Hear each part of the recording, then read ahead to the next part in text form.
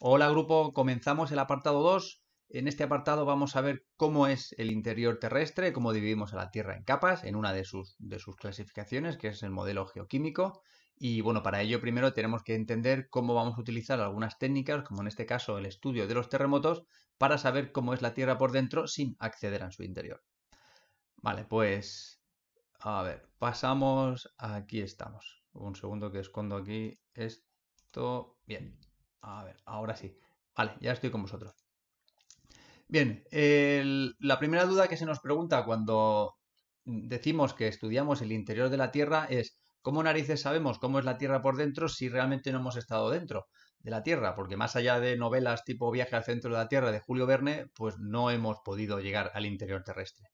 Sí que es verdad que mediante minas y este tipo de historias, bueno, pues hemos podido llegar a ciertas profundidades. Si no recuerdo mal, creo que la mina más profunda está en torno a unos 12 kilómetros de profundidad, que puede parecer una exageración porque realmente es muy, muy profundo, pero comparado con el diámetro o en este caso con el radio del interior de la Tierra, es prácticamente un arañazo.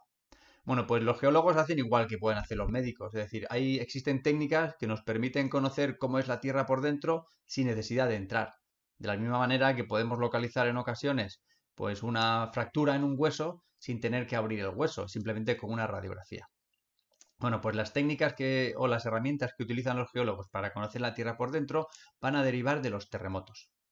Si os fijáis aquí en esta animación, bueno, perdón, en esta imagen, la animación os la pondré yo ahora, básicamente un terremoto es una sacudida muy brusca del terreno.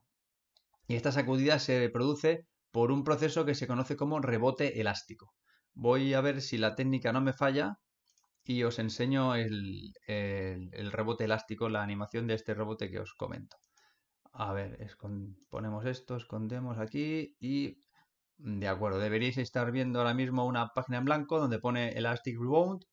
Bien, y en el que si os dais cuenta lo que estamos viendo es, bueno, pues una superficie en este caso de color marrón. Veis que han dibujado aquí una pequeña una línea donde aparece una falla y después una línea perpendicular a ella de color rojo que le llamamos como la línea de guía, por decirlo de alguna manera. Bueno, pues lo que sucede para que aparezca un terremoto es que tenemos que tener una determinada zona sometida a tensión. Y esta tensión está marcada en este caso con estas flechas que indican en direcciones opuestas. Como sabéis, y aunque lo veremos en este tema y en el siguiente, pero ya lo habéis visto en otros años, la Tierra está formada por unas placas que se van moviendo. Y entonces ese movimiento se produce de golpe, pero a lo largo de haber acumulado durante muchos años una tensión. Y eso es lo que nos va a simbolizar esto de aquí. Si os fijáis, ahora en cuanto le dé al play, fijaos cómo tenemos un movimiento relativo de la placa de la parte de arriba de la imagen con la parte de abajo de la imagen, donde son movimientos contrapuestos. Se está produciendo una ligera deformación y ¿qué es lo que está sucediendo? Que se está acumulando una tensión. Es decir, cuando tú ejerces fuerza contra cualquier objeto, imaginaos que sucedería contra este boli mismo, si yo ejerzo fuerza contra este boli, el boli va acumulando tensión y en un momento determinado, cuando se supera el límite de ruptura que tiene el compuesto, pues se rompería y toda esa tensión se liberaría de golpe. Pues eso es lo que va a pasar aquí. Si seguís mirando, ¿vale? ¿Veis? Se va acumulando tensión, ahora ya tenemos aquí una tensión bastante importante y cuando esto se libere, entonces se producirá el terremoto, que es la liberación brusca. Aquí tenéis terremoto y como resultado, pues se produce la ruptura y vemos a través de esta guía, de esta línea de guía, pues vemos esa separación que se habría producido. ¿Vale? Bueno, pues este sería el mecanismo por el cual se producen los terremotos. Bien, si seguimos leyendo, para lo cual tengo que quitar es por aquí. Vale, si seguimos leyendo, cuando se produce un terremoto, imaginaos que esta imagen es la que hemos visto antes de la animación. Bueno, pues el punto en el interior de la Tierra donde se produce esa ruptura y esa liberación de energía es lo que vamos a llamar hipocentro o foco. A partir de este punto se van a producir una serie de vibraciones que se desplazan en todas direcciones y que es lo que nosotros vamos a llamar las ondas sísmicas. Estas ondas sísmicas son concéntricas, van generando frentes de onda, como cuando lanzamos una piedra en el agua, ¿vale? Y entonces se generan esos circulitos. Pues aquí pasa exactamente igual, pero a nivel subterráneo. Y Cuando se produce un terremoto vamos a encontrar dos tipos de ondas. Las ondas llamadas P y las ondas llamadas S. Las ondas P o primarias y las ondas S o secundarias. Bueno, si seguimos mirando la imagen, el punto situado justo en la vertical y en la superficie del hipocentro es lo que vamos a llamar epicentro. Esa zona, por lógica, va a ser la que va a recibir con más intensidad las vibraciones. Y por lo tanto, en el caso de que fuera un terremoto de una importancia pues ya media, cuanto más cerca estemos del epicentro, más notaremos ese terremoto. Si el hipocentro es muy profundo, pues eso significa que el epicentro, cuando lleguen las ondas, llegarán un poquito más suaves. Si el hipocentro ya es muy superficial, pues entonces lo que llegue a la superficie será catastrófico. Cuando las ondas internas, las P y la S, llegan a la superficie, se transforman en otro tipo de ondas que se llaman ondas superficiales, en concreto son dos, las ondas Rayleigh y las ondas Love, que son las que, como pone aquí, causan los efectos catastróficos. Bueno, pues de estas cuatro ondas, P, S, Rayleigh y Love, las que nos van a interesar para estudiar el interior de la Tierra son las ondas internas. Cuando nosotros captamos un terremoto, lo vamos a hacer en este caso con un aparato que se llama sismógrafo. Si todo va bien, os enseño una animación sobre cómo funciona un sismógrafo. A ver, aquí lo tenemos. Bien, y si os dais cuenta, bueno, nos dice cómo funciona un sismógrafo en inglés. Un sismógrafo mecánico consiste básicamente en una estructura que está enganchada en el suelo y que después pues veréis de qué consta. Le damos al play. Bien, todos los sismógrafos van a tener o al menos los sismógrafos clásicos tenían un rollo con una cinta, ¿vale? Tipo, imaginaos rollo papel higiénico, ¿vale? Que tiene pues una cinta que va enrollada y que se iría desenrollando poco a poco. La diferencia es que, bueno, el uso no es el mismo, ¿vale? Y después esta cinta iría graduada. Tiene una línea horizontal. Bueno, digo horizontal porque después ese rollo se saca y se pone en horizontal. Pero bueno, tendría esta línea más marcada y después el resto estaría como cuadriculado. La siguiente estructura que tendría el sismógrafo es suspendido, es decir, colgado, pues una especie de boli, ¿vale? Un pen, como pone aquí. Un pen que cuelga del marco que tenemos aquí arriba.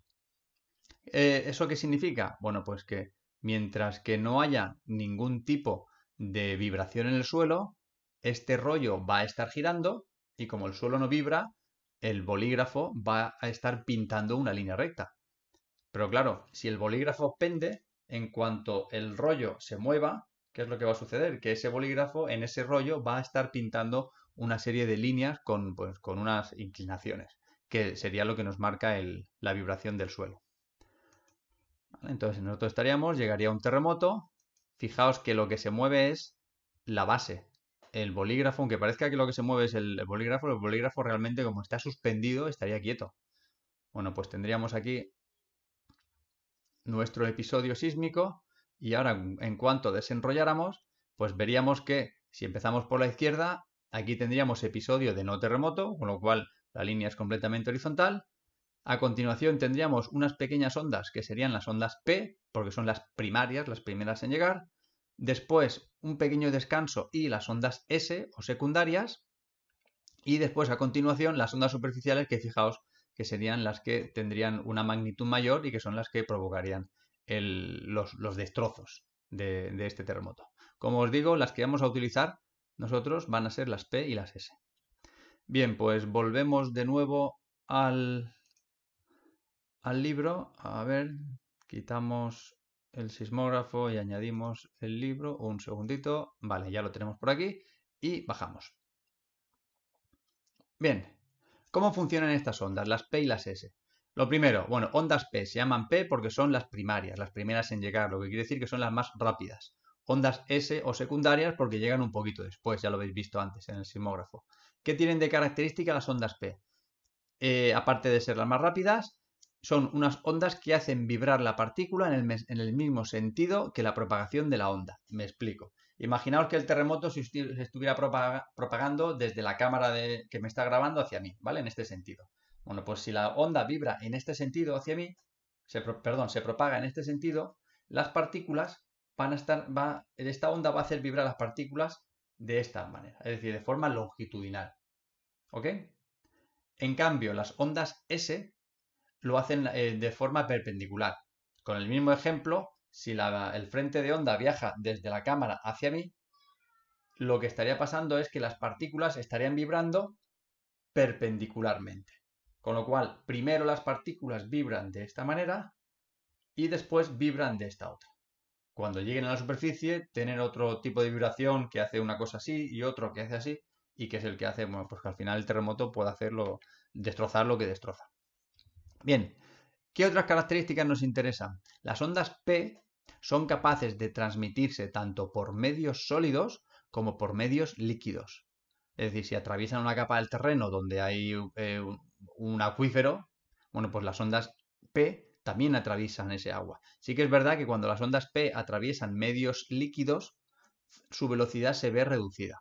Es decir, cuanto más sólido, cuanto más rígido es un material, más rápido se van a desplazar. Cuanto más fluido, más despacio. A diferencia de las ondas S, que únicamente se pueden propagar por medios sólidos.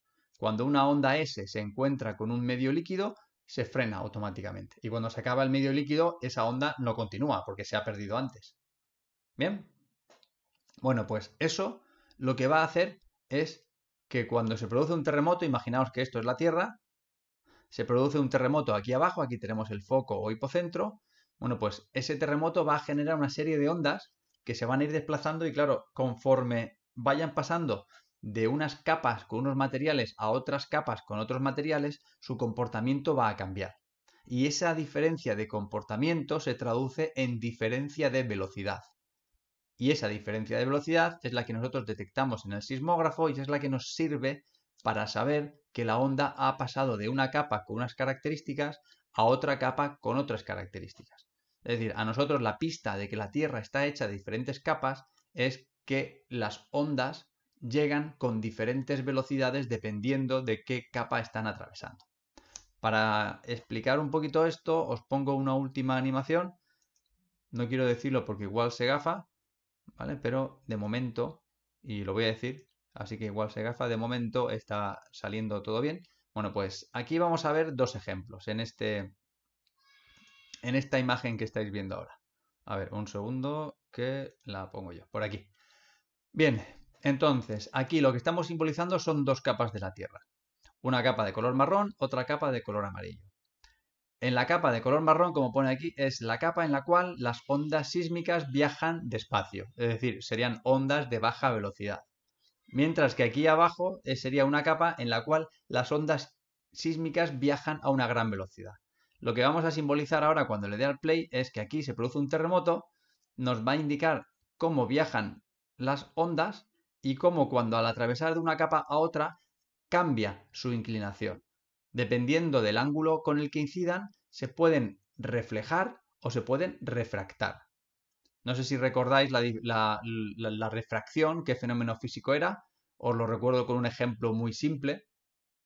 Cuando la luz, por ejemplo, atraviesa un medio de una densidad a otro medio de una densidad diferente, los rayos de esa luz se cambian de dirección.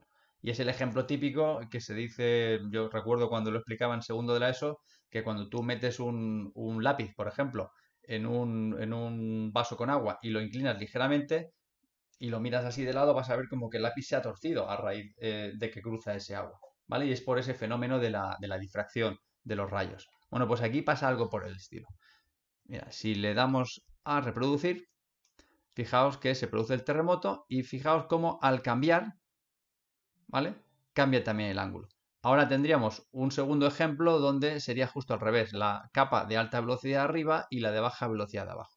Bueno, pues este cambio de ángulo se corresponde también, como veis aquí, con un cambio en la velocidad. Y ese cambio en la velocidad y ese cambio de ángulo es el que utilizan los geólogos para calcular cuál era la densidad de esa capa. Es decir, nosotros sabemos que las ondas P viajan a una determinada velocidad y en función de la densidad del medio que atraviesan, la velocidad es diferente. Con lo cual, calculando las diferencias de velocidad, podemos saber cómo es la capa que hay debajo. ¿Vale? Este mecanismo que usamos para conocer las capas de la Tierra se utiliza, por ejemplo, mucho en arquitectura. Cuando tú quieres conocer cómo es el suelo que hay debajo de ti, bueno, puedes hacer una cata, es decir, hacer una perforación e ir sacando, o puedes utilizar una herramienta que crea como una mini vibración y estudiar cómo viaja esa vibración. Y de esta manera también puedes saber si debajo tienes arena, si tienes roca o qué tienes. ¿De acuerdo? Bueno, pues aquí funcionaría exactamente igual. Vale, a ver, volvemos al libro. Quitamos este de aquí y añadimos este. Vale, volvemos al libro, efectivamente. Bueno, pues con este fundamento físico que os he explicado un poco de aquella Macarena, de aquella manera un poco macarrónica. Bueno, pues fijaos que aquí, en este terremoto que se ha producido aquí abajo, las ondas sísmicas, según las capas que atraviesan, van cambiando. Estos giros que veis aquí de las flechas a izquierda y derecha es lo que habéis visto en la animación de antes, que al pasar de una capa a otra, pues cambiaban de dirección. Si os fijáis, ¿qué es lo que sucede?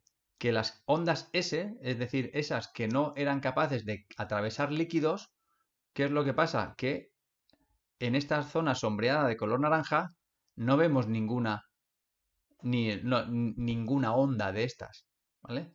¿Qué pista nos están dando? Que si las ondas S no atraviesan líquidos y aquí no vemos ninguna onda S, pues bueno, la pista es que esta capa de la Tierra debe de ser líquida. Y efectivamente así es, porque esa capa es la del núcleo externo.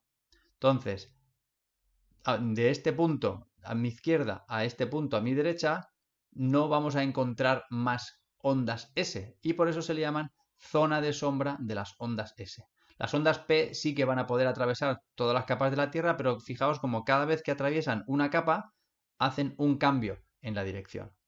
Lo que nos indica que cada una de estas capas está hecha de un material distinto, o a lo mejor podría ser el mismo material, pero que se encuentra en una densidad diferente. ¿Vale? Bueno, pues a los pasos de una capa a otra capa se les conoce como discontinuidades y se manifiestan con estas caídas bruscas o estos cambios bruscos en la velocidad de la transmisión de las ondas sísmicas, de las P y de las S. ¿Ok? Bueno, pues siguiendo este criterio, tenemos el siguiente, bueno, la página siguiente, donde vamos a explicar cómo dividimos a la Tierra en capas siguiendo el modelo tradicional o modelo geoquímico. Este es el modelo que se ha explicado toda la vida, pues tanto en el colegio como incluso en primero de la ESO, donde decíamos que la Tierra estaba formada por corteza, por manto y por núcleo. Es un modelo estático porque no tiene en cuenta, en este caso, el comportamiento de los materiales, o geoquímico porque lo que tiene en cuenta es de qué están hechas las capas, básicamente. Bueno, pues según este modelo, tenemos que las capas de la Tierra son tres: corteza, manto y núcleo, y entre cada una de estas capas vamos a tener tres grandes discontinuidades, que son las discontinuidades de Mohorovičić, la de Gutenberg y la de Wiecher-Lehmann. Vale, si vamos de arriba abajo, tendríamos primero la corteza. La corteza es una capa que va a estar formada por materiales muy livianos, materiales de poca densidad. Recordad que cuando explicamos la formación de la Tierra yo os comenté que al principio la Tierra pues era una gran masa fundida y que entonces los materiales más densos se fueron para abajo y los menos densos hacia arriba. Bueno, pues, ¿qué tenemos en la corteza? Los menos densos. ¿Qué van a ser básicamente? Silicatos de aluminio. No quiere decir eso que no haya otros materiales, porque también los hay, pero sí que estos silicatos de aluminio son los más abundantes. Si hablamos de la corteza, pero en las zonas de fondo oceánico, ahí la cosa cambia. ¿Por qué? Porque el origen del fondo oceánico es diferente del origen de los continentes. Eso lo veremos a partir de la deriva continental dentro de 3 o 4 apartados. Por esa razón, diferenciamos dos tipos de cortezas: la corteza continental y la corteza oceánica. Las características que van a tener es que la corteza continental es bastante más gruesa que la corteza oceánica. Pero bueno, ya compararemos después la profundidad de unas y otras. Bien, por debajo de la corteza, ¿qué nos encontramos? El manto. El manto es una capa que es muy rica en silicatos de hierro y de magnesio. Y encontramos minerales como por ejemplo el olivino, que va a estar formado por uno de esos silicatos, que es la peridotita o peridoto, que tiene un color verde, bastante llamativo. Si no pasa nada, a ver si me acuerdo y os subo una muestra para que veáis. El manto a su vez se va a dividir en manto superior y en manto inferior. Esta división de manto superior y de manto inferior se va a deber básicamente a las propiedades físicas, es decir, no tanto a la composición, no es que esta parte está hecha de una y esta parte está hecha de otra, sino que como el manto inferior está más profundo, está sometido a más presión, es decir, tiene más cantidad de materiales encima y además también está más caliente. Entonces, ese aumento de presión y ese aumento de temperatura hacen que su comportamiento sea diferente. Y por eso, aunque sea una única capa llamada manto, la podemos dividir en esas dos subcapas, la de superior e inferior. Y por último nos iríamos al núcleo. En el núcleo lo que vamos a tener también son dos regiones claramente diferenciadas, una región interna que va a estar formada por una capa, en este caso en estado sólido, y una región externa formada por una capa en estado líquido. La región interna está lógicamente más caliente, la región externa está algo más fría, y aquí la pregunta que surge muchas veces es ¿cómo puede ser que el núcleo externo, estando más frío, se encuentre fundido, es decir, líquido, y el núcleo interno, estando más caliente, se encuentre sólido? Y la respuesta vuelve a estar otra vez en el tema de la presión. El núcleo interno está en estado sólido porque se encuentra a unos niveles de presión tan elevados que necesitaría mucha más temperatura para llegar a fundirse. Mientras que el núcleo externo, aunque esté hecho de lo mismo, como se encuentra a menos presión, es capaz de estar en estado líquido. Como ejemplo, bueno, hay una sustancia que todos conocemos y además conocemos cuál es su temperatura de fusión y toda la historia, que es el agua. Sabemos que el agua a 100 grados comienza a hervir y se transforma en vapor. Pero claro, eso sucede cuando el agua se encuentra a presión atmosférica, es decir, presión igual una atmósfera. ¿Qué sucede si yo cojo ese agua y la someto a más presión? Bueno, pues lo que significa es que yo puedo tener agua líquida a más de 100 grados. Y ese es el principio que se utiliza, por ejemplo, en una olla rápida, en una olla express. Cuando yo introduzco agua en una olla y la cierro, ¿qué es lo que estoy haciendo? Estoy evitando que salga el vapor, por lo tanto, aumentando la presión. Entonces yo puedo conseguir que en una olla express el agua, en lugar de estar a 100 grados, que sería su temperatura máxima, se encuentre a 150, 180 o 200, con lo cual acelero la cocción del alimento. Bueno, pues en el núcleo pasa igual. En el núcleo interno tenemos hierro en estado sólido porque está a mucha presión, mientras que en el núcleo externo, incluso estando algo más frío, ese hierro puede estar en estado líquido, pero porque al estar a menos presión funde a menos temperatura. ¿Vale? Bien, derivado de esta dicotomía de núcleo interno sólido, núcleo externo líquido, bueno, decir que en el núcleo externo está tan líquido que fluye como el agua. Y entonces en este núcleo externo, como está, para que nos entendamos, está como hirviendo, se producen esas corrientes de convección, las mismas que se producen en un cazo de agua cuando lo ponemos a hervir, que el agua va subiendo, ¿vale? Con la diferencia de que aquí pues no hace esas burbujas y porque no está en contacto con el exterior. Pero la cuestión, como este núcleo externo está líquido y está haciendo esas corrientes de convección, cuando tenemos un fluido metálico que gira, tenemos un campo magnético. Con lo cual, el campo magnético terrestre es consecuencia de que nuestro núcleo externo se encuentra a esa temperatura y se encuentra en estado líquido haciendo corrientes de convección. Si dentro de X miles de millones de años la Tierra se va enfriando y el núcleo externo deja de estar líquido, el campo magnético que tiene la Tierra pues desaparecería, ¿vale? Con todo lo que ello conlleva. Bien. Bueno, y ya por último, antes de acabar, comentaros o explicaros un poquito esta gráfica de aquí, porque aquí siempre suelen surgir dudas. En esta gráfica lo que estamos simbolizando es la profundidad de la Tierra, es decir, superficie, aquí abajo a la izquierda, núcleo a 6.371 kilómetros, aquí abajo a la derecha. Bien. Y después aquí lo que nos está indicando en el eje vertical sería la velocidad de las ondas en kilómetros por segundo. En color verde las ondas S, en color azul, sí, parece que sea así como un azul oscuro, las ondas P. Bueno, pues lo que nos va a interesar es lo siguiente. Fijaos como en determinados momentos las ondas pegan unos cambios bruscos de velocidad. Aquí, por ejemplo, pasa la onda P de estar a unos 9 kilómetros por segundo a estar a unos 11 kilómetros por segundo. O aquí todo lo contrario, fijaos, aquí baja de unos 13 kilómetros por segundo a 8 kilómetros por segundo. Estas son las zonas que os he dicho antes que se llamaban discontinuidades. Y estas son las que nos captan los sismógrafos y son las que nos sirven para saber que pues de esta discontinuidad a esta discontinuidad tenemos una capa, de esta discontinuidad a esta tenemos otra capa, ¿vale?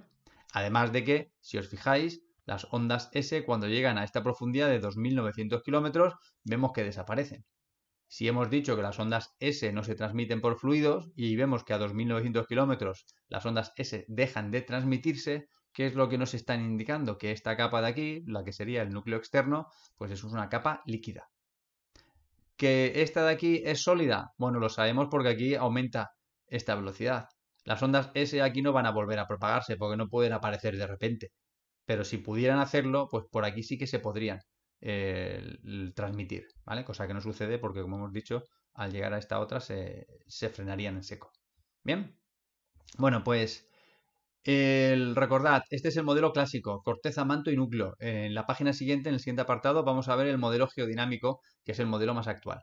Pero bueno, creo que con esto hacemos una pequeña aproximación que está bastante bien. Bueno, pues nos vemos en el siguiente vídeo, ¿de acuerdo? Venga, un saludo. Hasta luego.